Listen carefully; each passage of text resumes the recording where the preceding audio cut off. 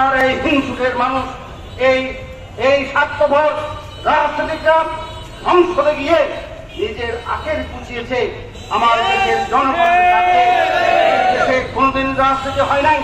এই দেশের মানুষকে, এই দেশের মানুষের সম্পর্কে লোটপাট করেছে গত 54 বছর। এই দেশের মানুষকে হত্যার রাজনীতির মধ্য দিয়ে এই জনপদকে কলঙ্কিত করেছে গত 54 বছর। এর পরিপ্রেক্ষিতে বঞ্চিত মানুষগুলো, বঞ্চিত মানুষগুলো খেপে উঠেছিল 26 সালে, যার পরিপ্রেক্ষিতে এই দেশে বিপ্লব সাধিত হয়েছে এই দেশের মানুষের অধিকার প্রতিষ্ঠার লক্ষ্যে। কিন্তু দুঃখের সহিত দুর্ভাগ্য আমাদের এই জাতির সাথে বারবার ষড়যন্ত্রকারীদের হস্তক্ষেপের কারণে জুলাই বিপ্লবকে প্রতিধ্বনিত করে এই দেশে আবার ছাত্রাংশী মহলের ষড়যন্ত্র ছাই